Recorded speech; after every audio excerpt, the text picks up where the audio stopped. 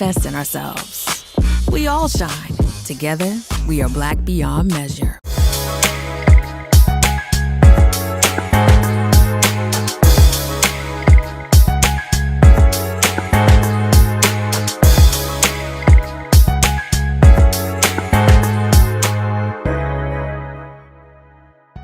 I'm Deborah Owens, America's Wealth Coach, and it's time to get wealthy.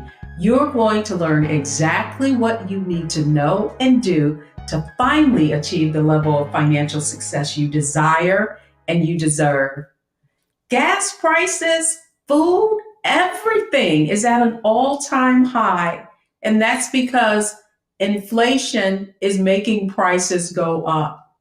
And in addition to that, a recent study by JP Morgan shared that many people in the second half, they expect more of their debt to increase.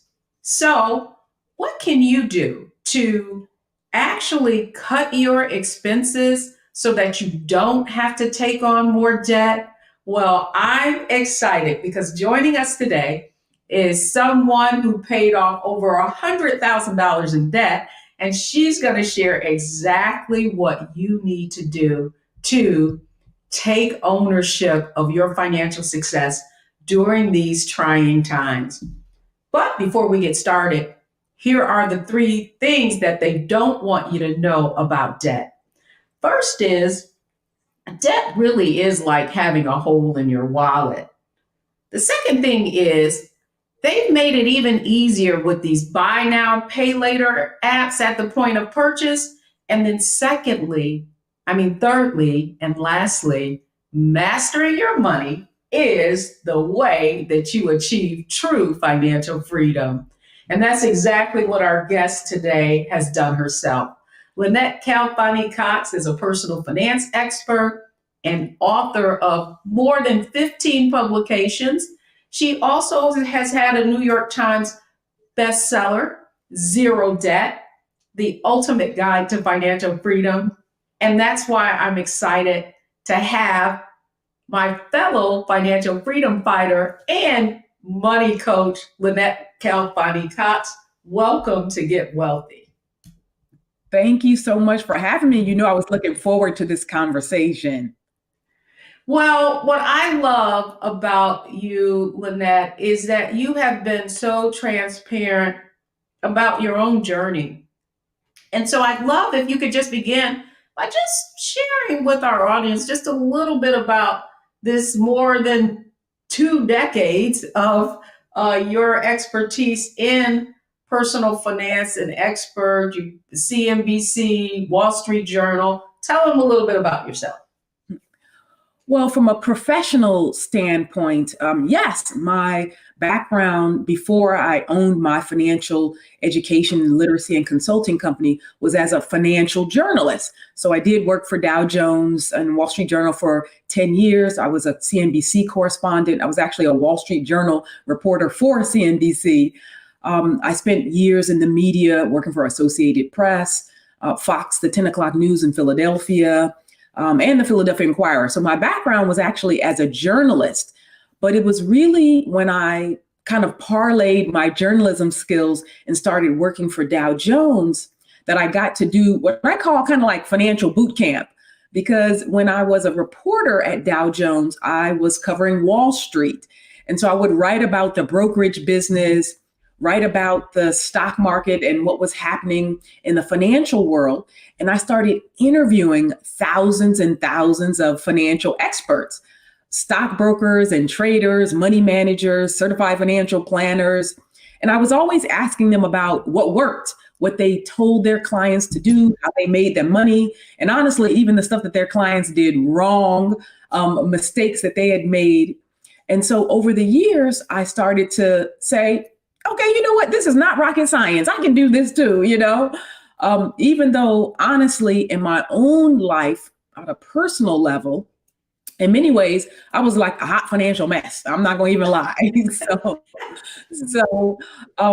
But long story short, after a long career in journalism, I started my own company in 2003, a financial education company called the moneycoach.net. That's our LLC that I co-own and operate with my husband, Earl Cox. And you know what? Next in March of 2023, it's going to be 20 years. I cannot believe it, but it's been a great ride. Entrepreneurship is a passion of mine. I've never looked back. And I really just love what I do as an entrepreneur because honestly, Deborah, in a lot of ways, I get to do the same things that I did when I was a financial journalist. I still write a lot. I'm on TV all the time, radio, podcasts, print interviews, etc. I just teach people now about money management principles in different ways and through different platforms like speaking engagements, etc. So it's really kind of like a full circle thing for me where I've parlayed the writing and communication skills that I had and that I had married with the financial knowledge that I gained over the years to now do what I do to help folks who want to become better with their money, whether it's the corporate clients that hire me, banks, insurance companies, fintech firms, and so forth, a lot in the financial services space, honestly, because they often, of course, have a vested interest in wanting their employees or their clients or even their prospects sometime to be better with managing money. So the corporate clients that I have, as well as the nonprofit clients, they will bring in folks who need to learn some aspect of personal finances. And I'm happy to teach them just that. Oh, that's excellent. Well, what I love is that you really demonstrate, right, or illustrate how you can know exactly what to do as it relates to the financial markets and investing and still not do it. As you said, your finances were a hot mess. So what I want to talk about, on Get Wealthy, we have a framework for financial success, mindset, strategy, and execution. And so that's exactly where I want to start with you first, just about mindset. How did you have to shift? Here you are interviewing all of these experts, advisors, and yet in doing so, you probably felt like, wow, I'm interviewing these people, but I don't have my own financial act together. What did you have to do to shift your mindset in order to achieve the level of financial success and get rid of the debt that you were carrying and clean up that hot mess of finances?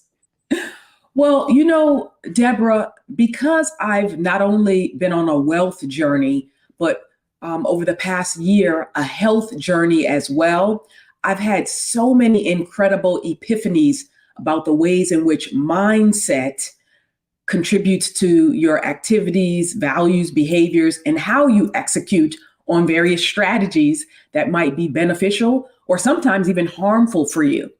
And so I'm drawing the analogy here between wealth and health because, frankly, when I first wrote Zero Debt, The Ultimate Guide to Financial Freedom, the book took off. It became a New York Times bestseller. It did really well. It continues to this day to do very well. We've done the 3rd edition of Zero Debt, and we're thinking about doing a 4th edition because, unfortunately, the debt problem in America has only gotten worse over time. But honestly, and this is no lie, when I paid off my $100,000 in credit card debt, I was just doing strategies kind of piecemeal. I was doing what I thought would work. And then it was like, oh, great, it did. It was effective. And then I was like, I should document this. I should explain how I got out of debt and what I did. And so I wrote Zero Debt as kind of a 30-day action plan to help people to jumpstart their efforts to get out of debt. But what I've learned since then, girl, is that if you don't have the zero debt mindset, you're going to go right on back into debt, okay? So it's easy, quote unquote, it's easier, certainly, to get out of debt. It's way, way, way harder to stay out of debt. And that's where the mindset comes in. So again, as an analogy, I moved from the East Coast, from Northern New Jersey in 2019. I said, I want a change of lifestyle. I want a better quality of life. I want a cheaper cost of living. I wanted to have an outdoors type of life so I could be more active and get healthier. I moved to a community that gave me all of just that. Well, in 2019, I immediately hit it hard. I joined a gym. I joined Lifetime. I did this. I got a trainer. I did this thing called the 60-day challenge that Lifetime offers. Long story short, again, I ended up winning this whole national competition, beating out like 20,000 people all around the country for my weight loss and my efforts over this 60-day period. And it was like, woohoo, great. I did well. But guess what, Deborah? In 2020, and then in 2021, I put the weight right back on and then some. And so what I learned is that I really didn't have the right mindset to have sustained healthy behaviors, to have sustained weight loss, to help me to do well and to have this healthy body that I now have. So in 2021, in the fall of 2021, my husband and I both got really super serious about our health. And we said, listen, it ain't gonna be no trainers involved. It's not gonna be no gym involved. It's not gonna be no fad diet involved. We're gonna do some research. We're gonna do what works for us. We're going to execute on healthy lifestyle behaviors day in and day out consistency. There's no artificial deadline. It's not like I'm like, oh, I got to go to a wedding or I got to, look good for a special occasion. No, I want to do what's going to be sustainable over the rest of my life. And so kind of changing my mindset to get around thinking I need a quick fix. Like I need to just drop this weight in X amount of time. It's yielded phenomenal results. So over the last 10 months now, I've dropped 80 pounds. Wow, I love it. But you know what, Lynnette, I'm so glad that and that's what, because I really believe that first, health is wealth, right? Absolutely. And I also believe that so much of what we want to acquire, change is an inside job, whether it's wealth, and you talked about the fact you can pay off all those debts, but if your attitudes, if your beliefs, and if your behaviors have not changed, then you're going to revert back to what you always did because it's habits, right? Like if you have a habit of spending and you're going to accrue debt. If you got a habit of eating and not exercising, then the weight's going to come in. And so I love that we started there, because at the end of the day, one of the things I talk about in A Purse of Your Own is you got to have a wealthy lifestyle, right? And make sure that your environment, right, supports what your outcomes are. And also that, so often we'll make these, to your point, great accomplishments over the short term. And I remember when you won that challenge, you were so excited. And so that's where I want to go next. When we come back, really is, I want to get into strategies, right? Because you talked about the strategy that you used to pay off $100,000 in debt. Woo, 80 pounds, girl, in 10 months. I don't even know what to say. So when we come back, we're going to talk strategy. So don't go anywhere, folks. We're talking with Lynnette Khalfani-Cox. She's the money coach, and she's going to tell us exactly what we need to do to get and stay healthy and wealthy. So don't go anywhere. We'll be right back.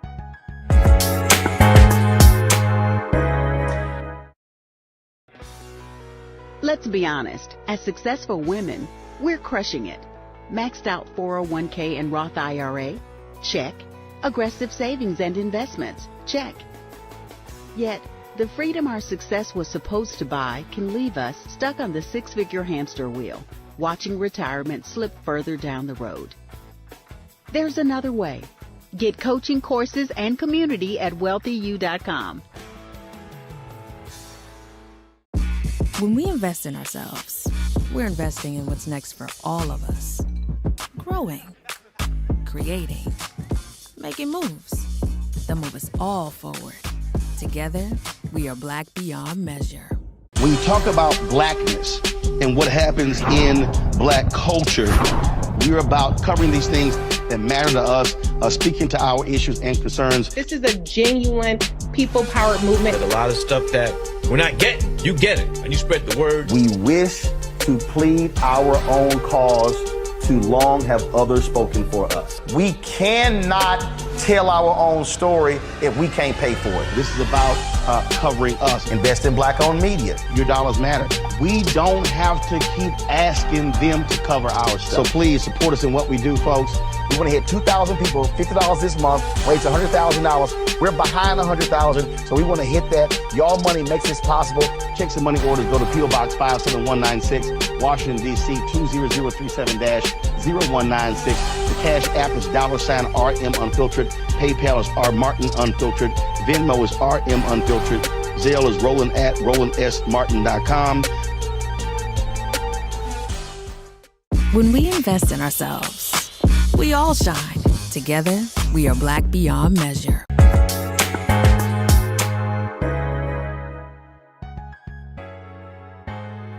Welcome back, everyone. I'm Deborah Owens, America's Wealth Coach, and I'm so excited to be having a conversation with you today about debt and the things that you can do to really, in spite of these volatile times that we're in, inflation going up, prices going up, what you can do to not fall victim to putting yourself in financial disarray. So joining me today is the amazing Lynnette Khalfani-Cox. Our money coach is here to give us all we need to know about how, in spite of prices going up. And so that's where I want to start with you in terms of strategy. Lynnette, here's what we see. We see that prices on just about everything has gone up in terms of whether it's food, whether it's gas, we're spending more money. And if you add to that, we've got a number of different things to take our money away now. Before you pulled out your credit card, but now you're online and you get these little apps that say, oh, you can pay over 4 payments or whatever. Let's talk about strategy. First, let's begin with the strategy that you use to get out of debt, because I think that's where a lot of people are. So this is a great segue and a transition, because we talked about part of the mindset should not be on quick fixes or on anything that is not sustainable. And that translates into strategy. So again, if you want to think about a strategy for long-term financial success and to help you to maintain positive credit and debt management behaviors, you really want to be thinking about a whole host of things that you can do over the long haul. So first off, let's go ahead on and start with that old dreaded B word, okay? I know a lot of people don't want to hear that B word, okay? The budget, okay? Okay, just think about it as a spending plan of action, okay? It's not a 4-letter word, okay? Really, first, in terms of making sure that you're managing your debts wisely and eliminating debt, you have to understand what's going on with your budget. And again, when I say a spending plan of action, I look at a budget as an empowering tool because it gives you so many benefits. It helps you to manage your cash flow. It helps you to have clarity about your finances and to know exactly where your money is going. It helps you to assess whether or not you are deficit spending, and you don't want to be doing that because you want to be making sure that your expenses are less than your take-home pay.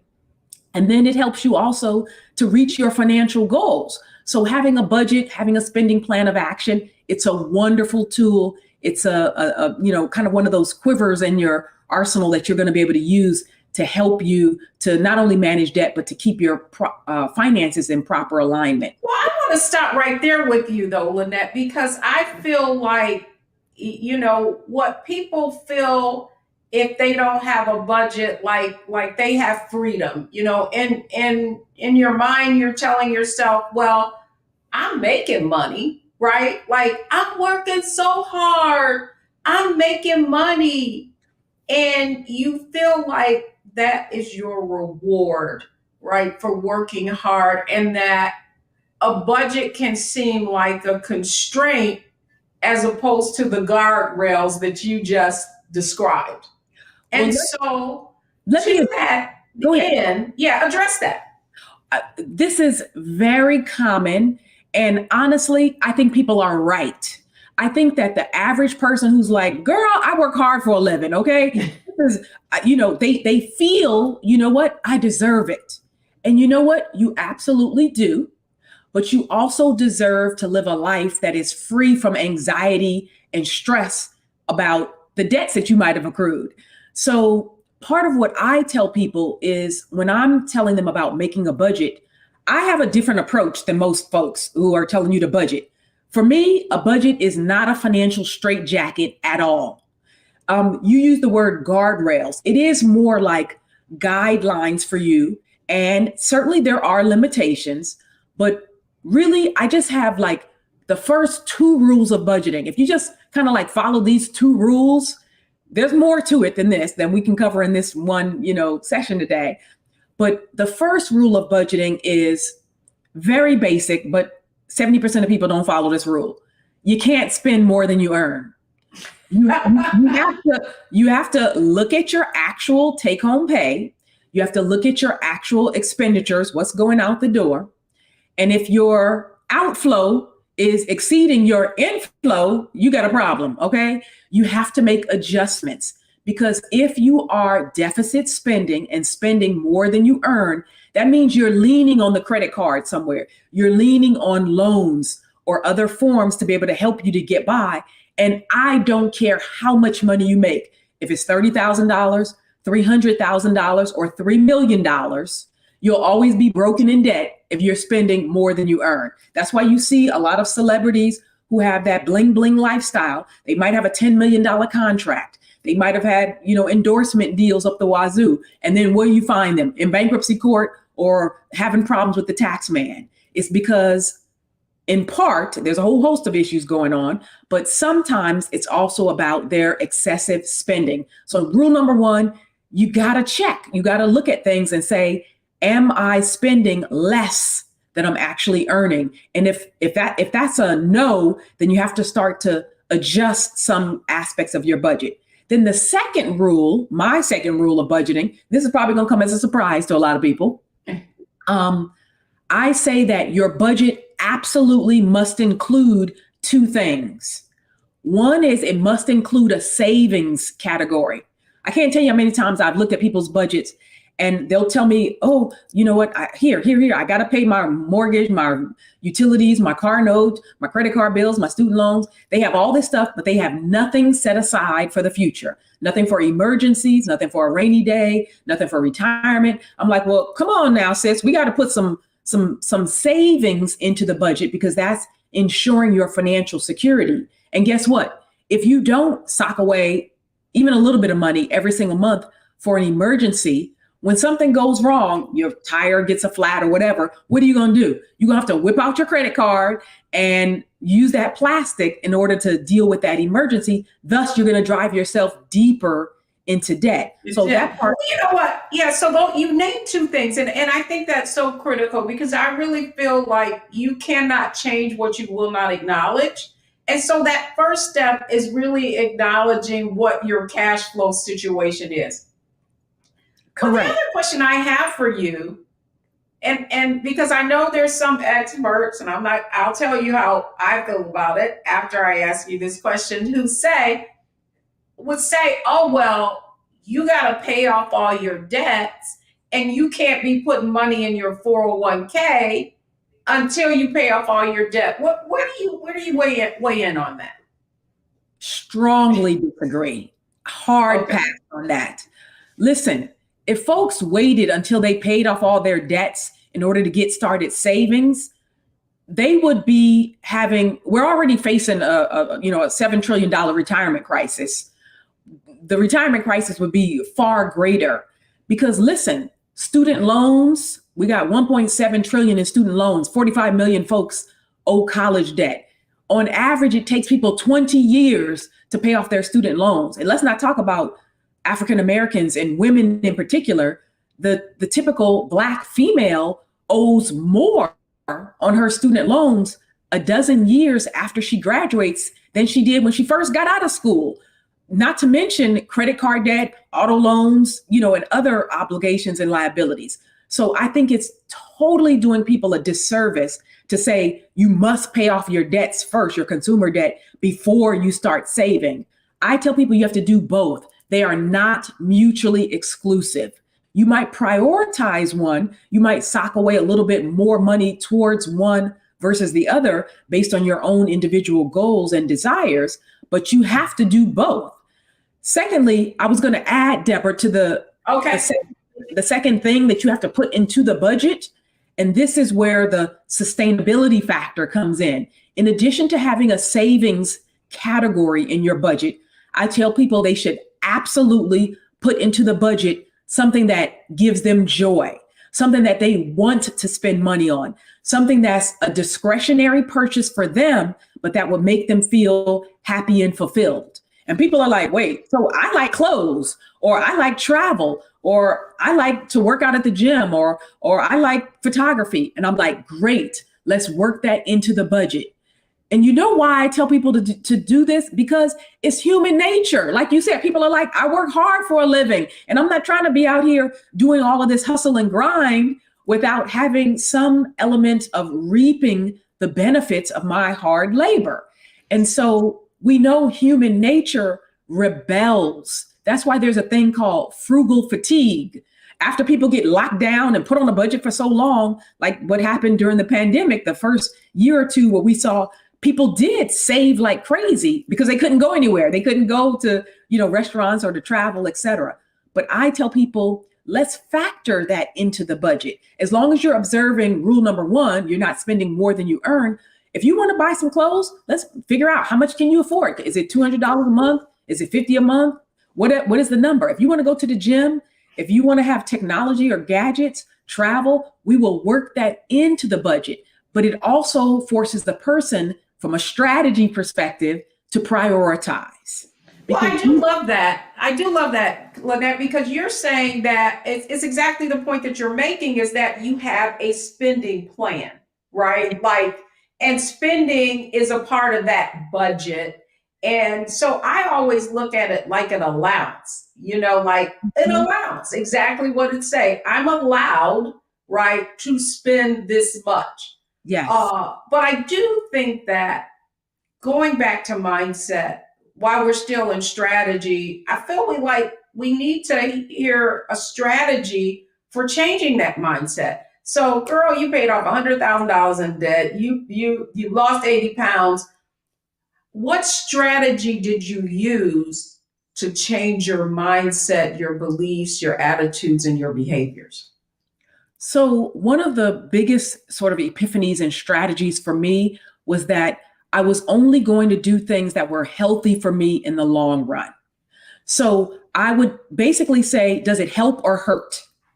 So now, like when I think about my choices for my spending, whether or not I'm going to use a credit card, the investments that I make, et cetera, obviously when you're investing, you're expecting a return, right?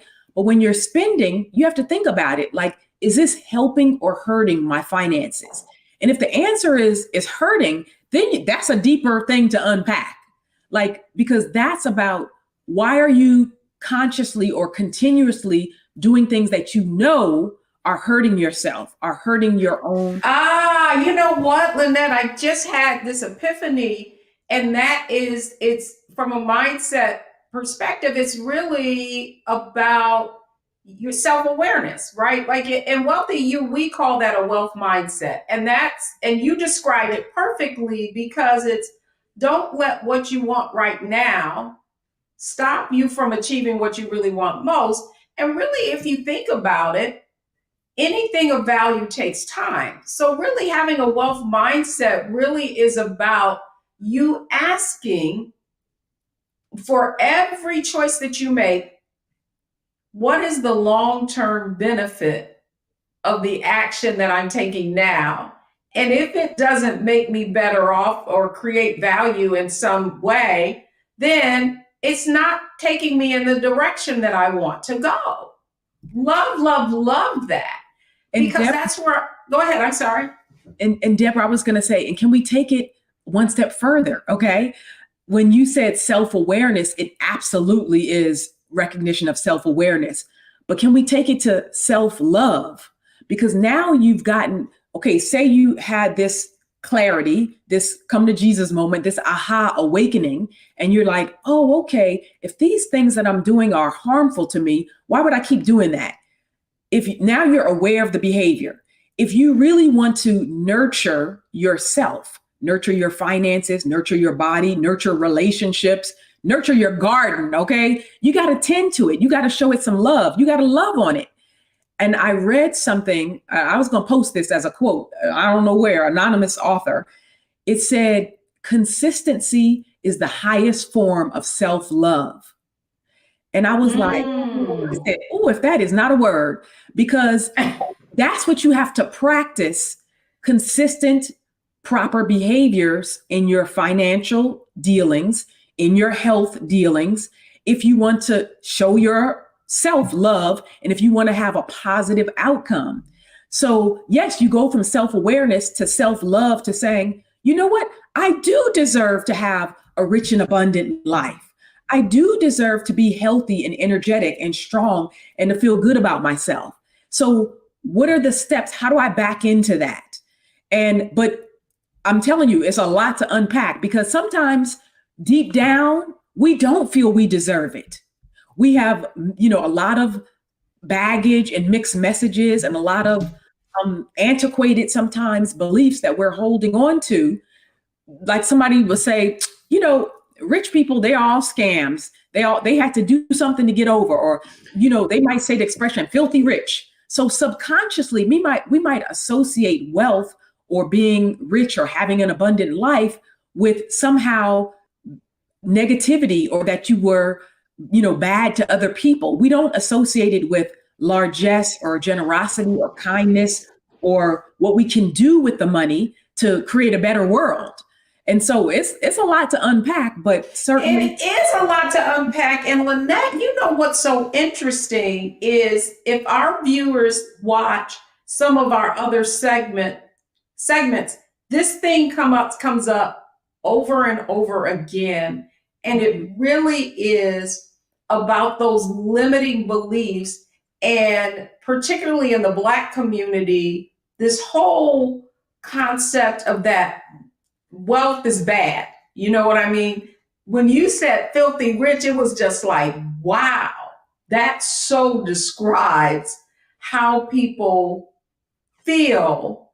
And so sometimes you're disconnected, right, from what you know to be true and what you believe, right? So if you believe you can or you believe you can't, you're right, because it is a belief. So when we come back, I want to talk to you about execution, because clearly the ability to achieve the outcomes that you have, paying off $100,000 in debt, but you were honest with you. You were like, yeah, but you know what? I had changed my mindset.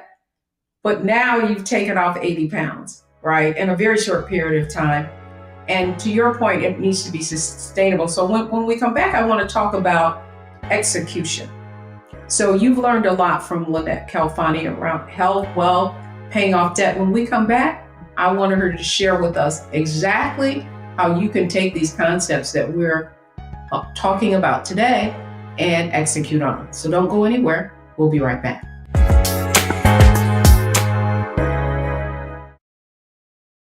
Hatred on the streets, a horrific scene, a white nationalist rally that descended into deadly violence.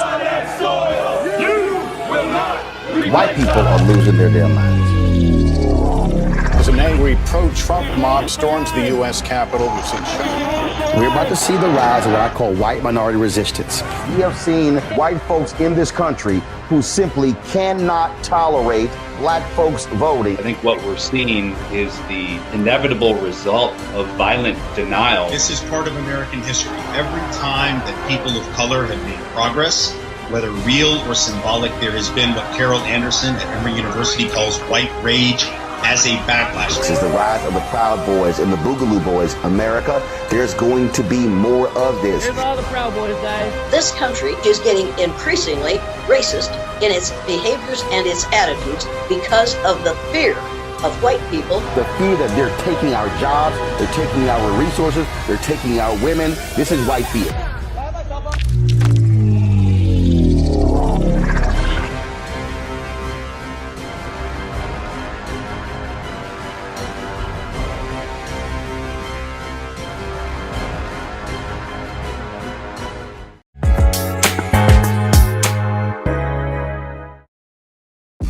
When we invest in ourselves, we're investing in what's next for all of us. Growing, creating, making moves that move us all forward. Together, we are Black beyond measure.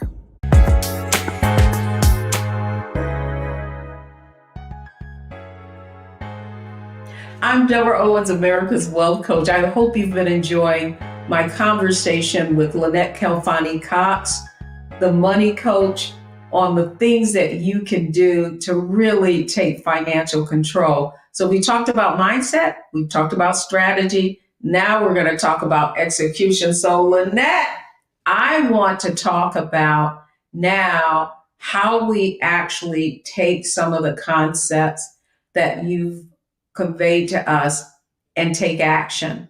And so let's go to the whole execution of paying off debt. Now, I've heard, a couple of different methodologies, the snowball method, the avalanche method. Talk to us a little bit about, if you're somebody who has significant debt, what approach would you use to paying it off?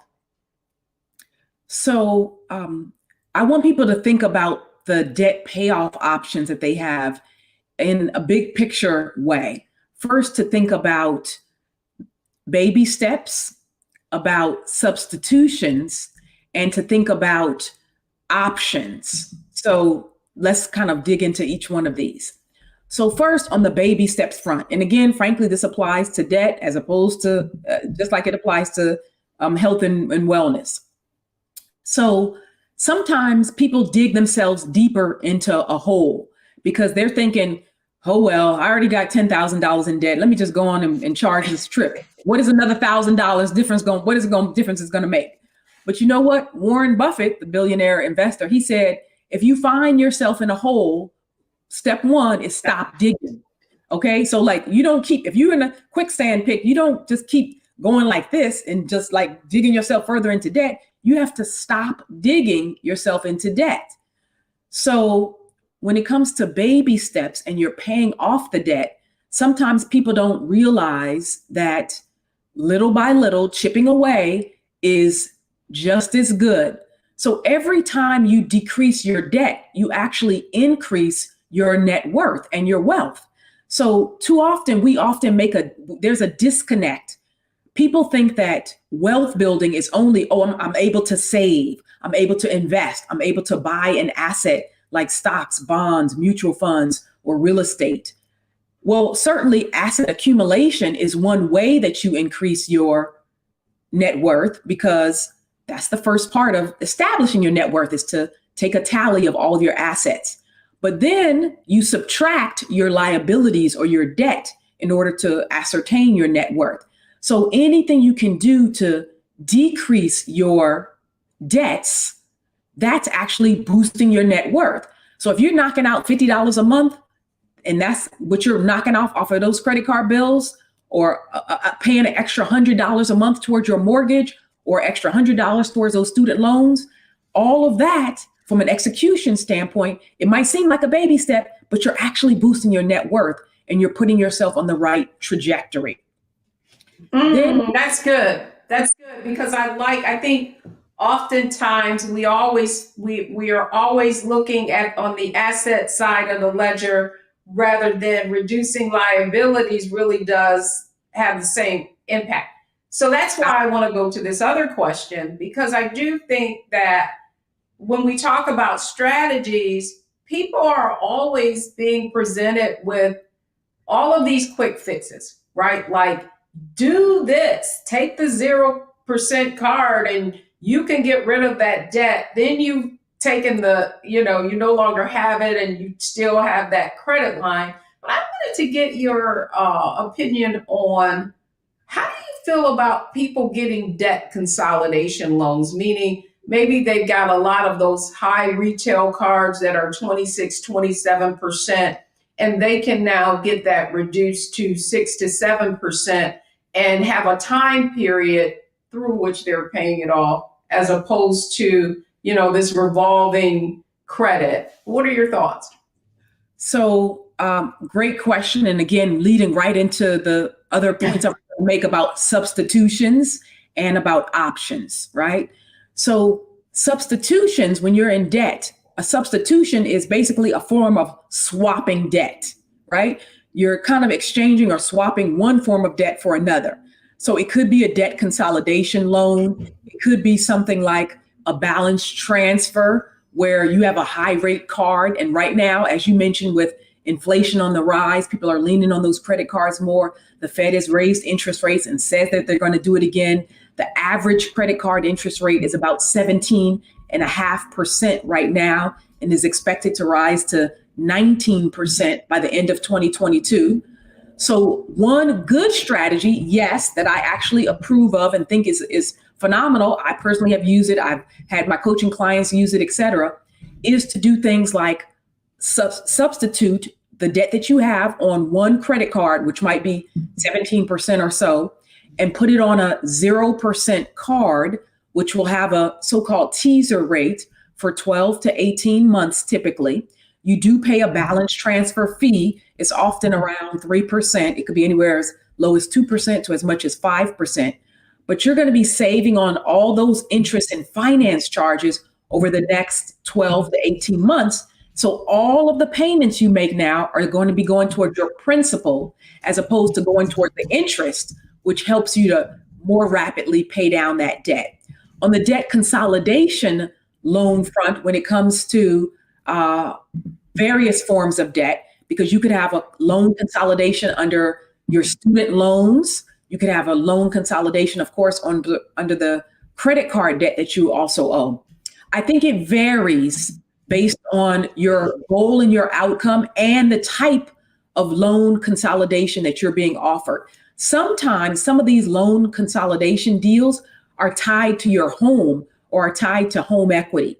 So they're basically saying, yeah, we'll consolidate your loan, but they're kind of attaching it to your house and saying, like, if you don't pay, in essence, your house is on the hook as well. So that's a consideration.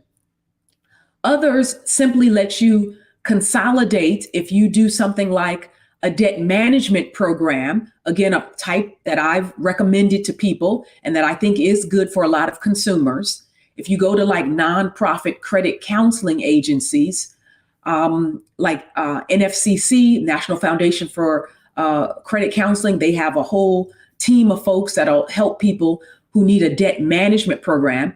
Again, the bottom line is that they've negotiated interest rates in advance with creditors that are either in the single digits or even 0%.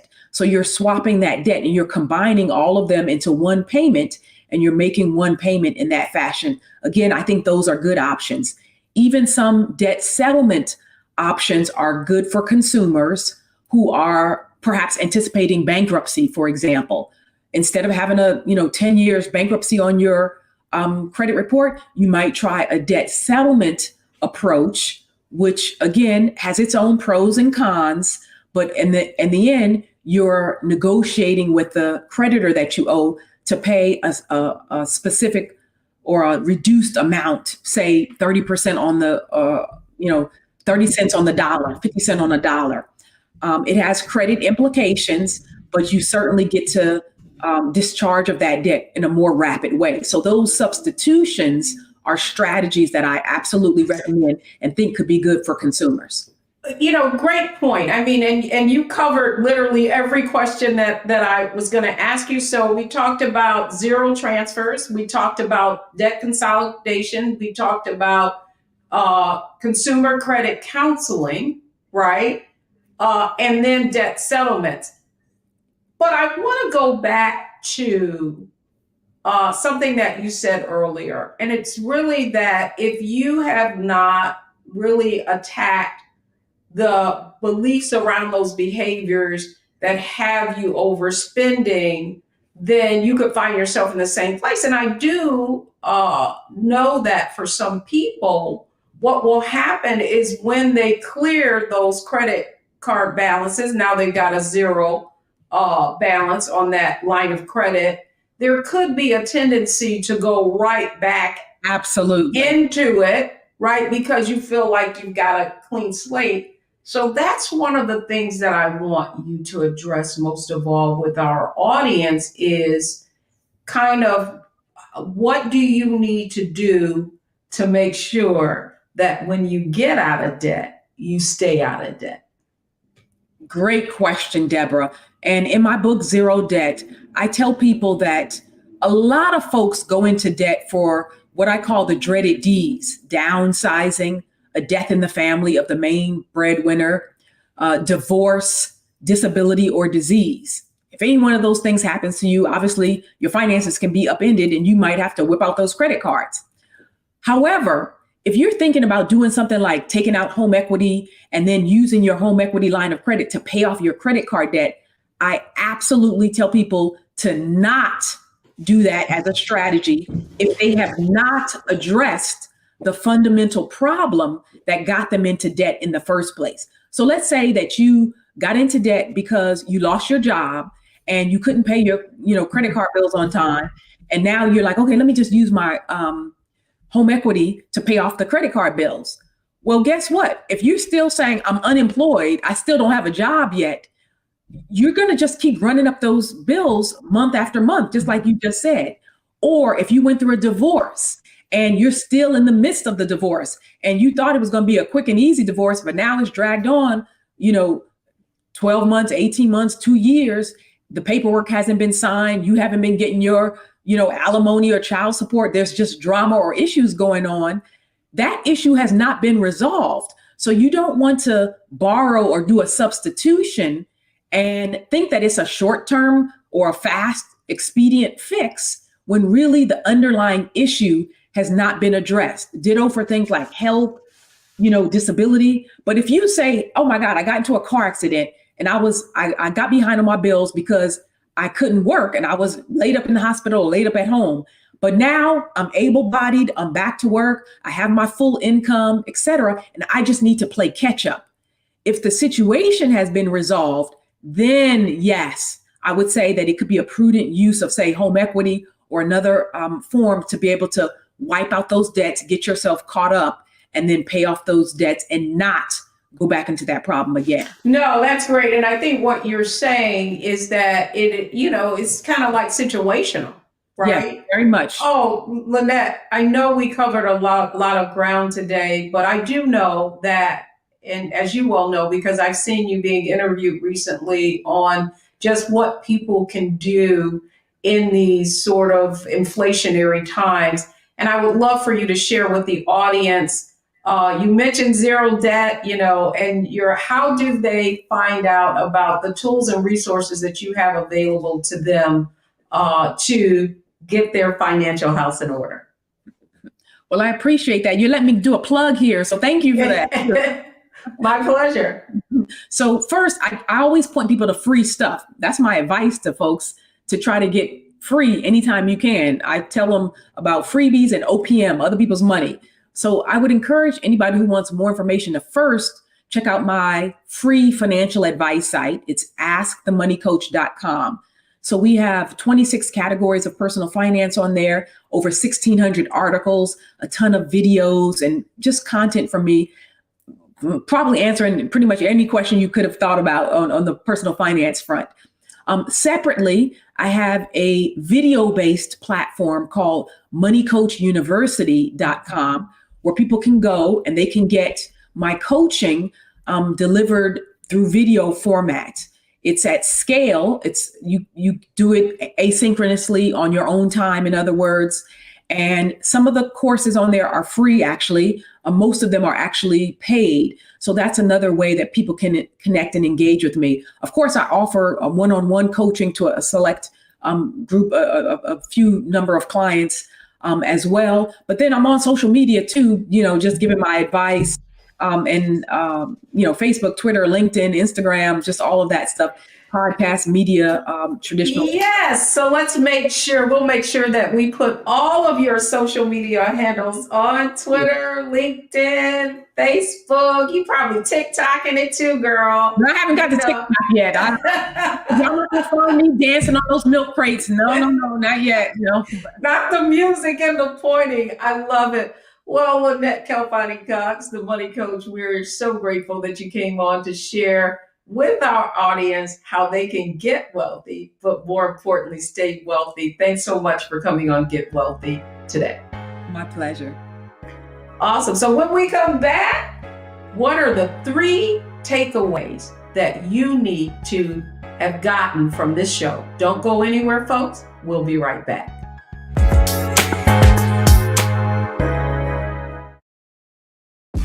When we invest in ourselves, we're investing in what's next for all of us. Growing, creating, making moves that move us all forward. Together, we are Black beyond measure. Hi, I'm Dr. Jackie Hood Martin, and I have a question for you. Ever feel as if your life is teetering and the weight and pressure of the world is consistently on your shoulders? Well, let me tell you, living a balanced life isn't easy. Join me each Tuesday on Black Star Network for A Balanced Life with Dr. Jackie. We'll laugh together, cry together, pull ourselves together, and cheer each other on. So join me for new shows each Tuesday on Black Star Network, A Balanced Life with Dr. Jackie.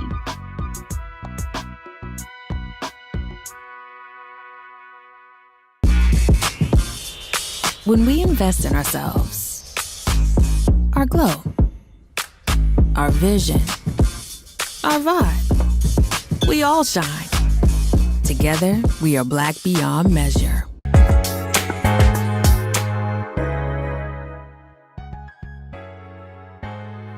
I hope you have enjoyed our Get Wealthy segment today. It's been all about you tackling your finances in spite of these volatile times. But here are the 3 takeaways from today's show.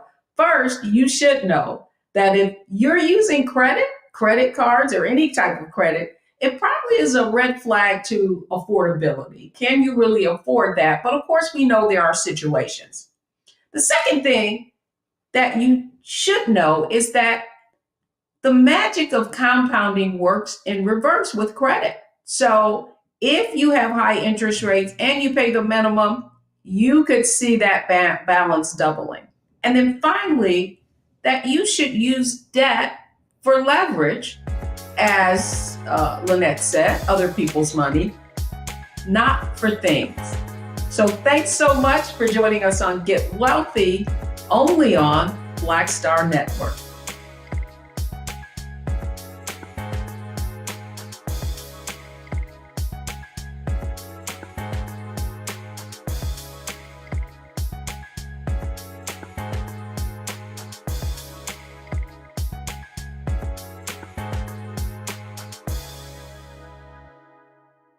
When we invest in ourselves, we all shine.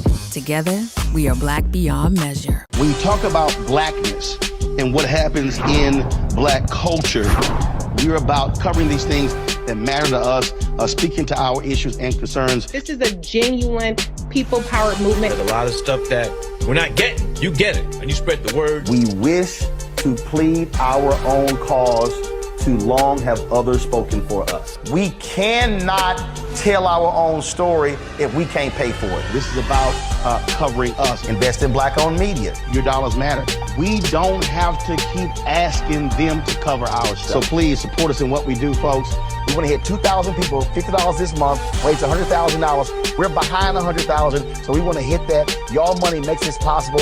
Checks and money orders go to P.O. Box 57196, Washington, D.C. 20037-0196. The Cash App is $RM Unfiltered. PayPal is R Martin Unfiltered. Venmo is RM Unfiltered. Zelle is Roland@RolandSMartin.com.